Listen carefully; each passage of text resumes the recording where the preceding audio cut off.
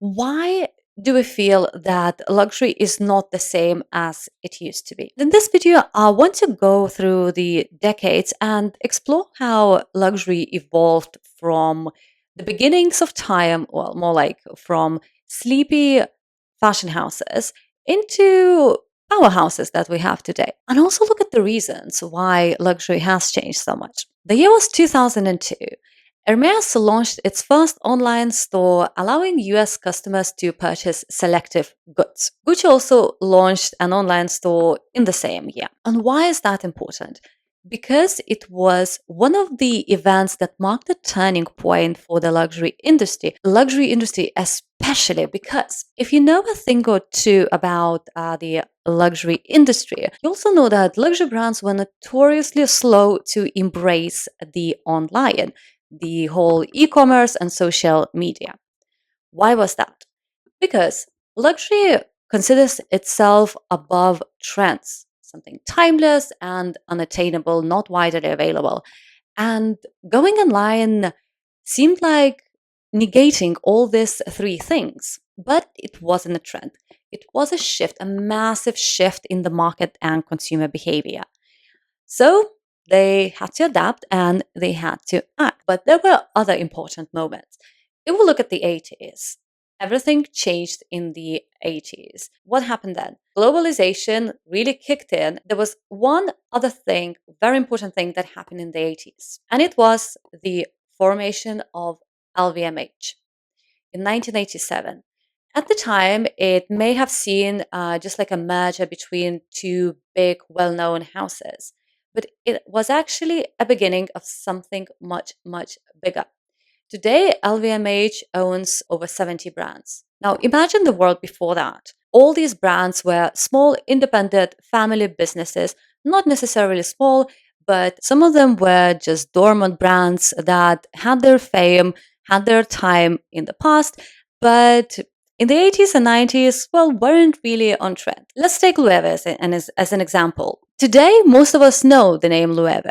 But back in the 90s, it was actually a stuffy brand. It had its clientele, but it wasn't really a trendy brand. Then other conglomerates came to be as well. So think Richemont, Kering, and some brands chose to stay independent. So what these big conglomerates do, they made these brands into cash cows. Okay, and then the 90s came, and you probably think of Gucci. Well, I do at least, because it really epitomizes the 90s era. You know, Tom Ford with this very iconic silhouette. And of course, we have to mention series such as Sex and the City, because a lot of brand names were mentioned, a lot of them became more widely known, not necessarily available, but known. So all these small things contributed to democratization of luxury. Of course, the economy grew, so luxury items became more available. Then in 2004, Tom Ford left Gucci and kind of ended this provocative era. But globalization continues, and luxury brands, they are expanding into other countries, continents, and airports, and so on. And then they find themselves asking a question. Okay, so we've expanded, but how do we grow yet remain rare? And this was a massive question for them. This also showed the need for luxury brand management. Now, in the past, in the old days, small businesses did their marketing intuitively. But then once conglomerates took over, there was a need for a systematic approach. That's when luxury brand management was really born. Before that, yes, you could find literature about luxury, but not in the sense that we know today. The new era required to change the approach slightly, and that's when brands got created. So we're looking at a few things. First of all, it's artification of luxury, making luxury items, making handbags, for example, on par with art. Kind of saying we are above mere consumption, we're something timeless, eternal, and so on and so on. And of course, collaborations. Many, many collaborations we have today, oh, so many. But back in the day, it was a novelty, and one of the first collaborations was done by H&M. H&M and Lanvin, and also H&M and Karl Lagerfeld. And it was a win-win for both parties. You get introduced to a consumer base which may have not considered you before, and some business models got adjusted. For example, some brands introduced entry-level products that really became the cash cows of the brand, because some of them still rely on the entry level product. Some brands introduced other merchandise type that weren't part of their initial offering. For example, they went into leather goods or they added fashion and so on. For example, Hermes did that back in the 1920s. So at first, they were making saddles, and then they expanded into leather goods because they had to pivot and adapt. The cars became more popular than horses, and the demand for horse saddles dropped. So they were quick to react. So brands expanded into sunglasses, beauty products. For example, someone told me that 60% of Chanel's revenue comes from beauty. I couldn't verify this because it's a private company, so I couldn't find the information online. But if it is true, that's quite a significant amount. Now, just one word about collaborations. I think you've seen enough today, right? There are just so many never endless collaborations. Some of them feel fresh and new, but some of them just feel like they had to hit a quota this year for collabs and they just stuck a label on it and it doesn't really hit the mark, if you know what I mean. And of course, social media. We see bloggers in the first rows with the likes of Anna Wintour. So they get this like celebrity status. But then a few things happened. In 2018, everyone was building their handbag collection. But then COVID hit and people reconsidered their handbag choices.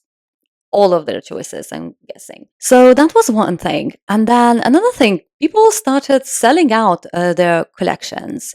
A few reasons for that. They probably got fatigued, but they also stopped buying bags. Bag prices on leather goods has jumped significantly, and consumers are questioning the value of them. But luxury brands, they know what they're doing. They're trying to cater for the top few percent market. By increasing the prices, they want to keep the same amount of revenue or increase their revenue, but maybe put a bar onto the availability. Because of the growth of this influencing culture and packing and boxing, I think a lot of brands just became overexposed, a lot of products, and you just have an impression that every other influencer has that item. So it becomes a little less special. People just can't keep up. There is this new release and that new release, and there is this special drop and this and that.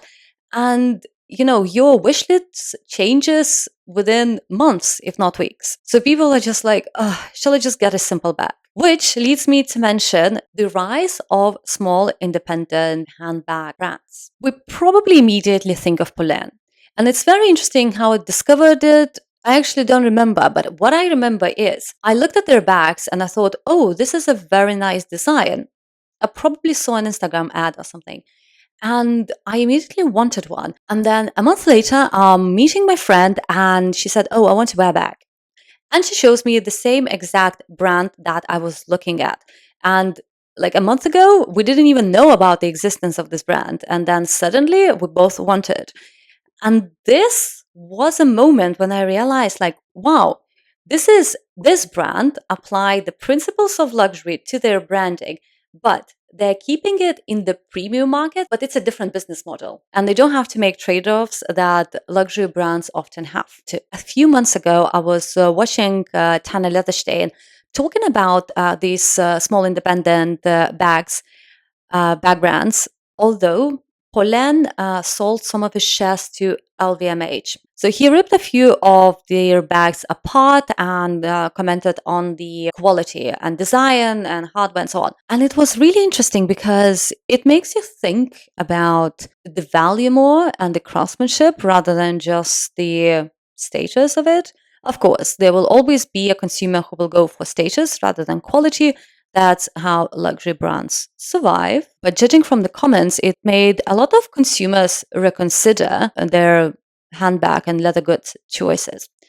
What he also noticed was that most of those brands were born in 2014. He tried to figure out what happened, why 2014. He hasn't yet. Okay, so back 2018, suddenly everyone wants a bag, and luxury brands are faced with a challenge. What do we do? How many bags can we sell so that we're still exclusive? And my suspicion is if you raise the amount of items produced, there is more margin for error. And you may need to change your operation slightly, maybe even find subcontractors because you cannot keep up with the demand. So, what started happening on social media? A lot of complaints about the quality. Not also that, but also how some brands dealt with it. Not everyone was nice and ready to accept a piece back. And today we're seeing a change in consumer preferences. For example, changing bags to jewelry, because jewelry is something you know will hold value. You can wear it always, you can have it always with you, whereas a bag, you maybe just keep them for certain occasions. The price of gold has also risen significantly. So it just seems like a better investment. It just feels like a lot of luxury brands, they're not focusing on craftsmanship and being true to their values, but it's more about the show, the being mentioned, and ultimately sales. Even with this quiet luxury trend, which essentially means not being loud about the brands that you wear. It may be quiet luxury, but you need to see from afar that it is very quiet. Quiet luxury trend doesn't exactly mean it's very quiet.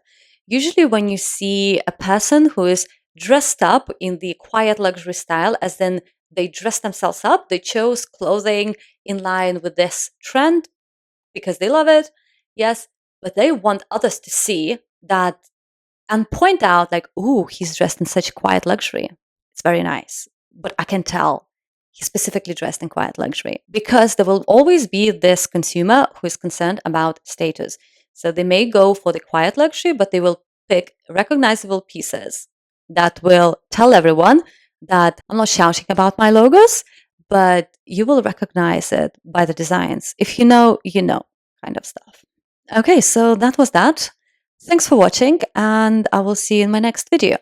And if you're curious to find out more, you can check out the description box below. I haven't decided what I will put in there today, but let's see. Maybe I'll come up with something. See you later. Bye.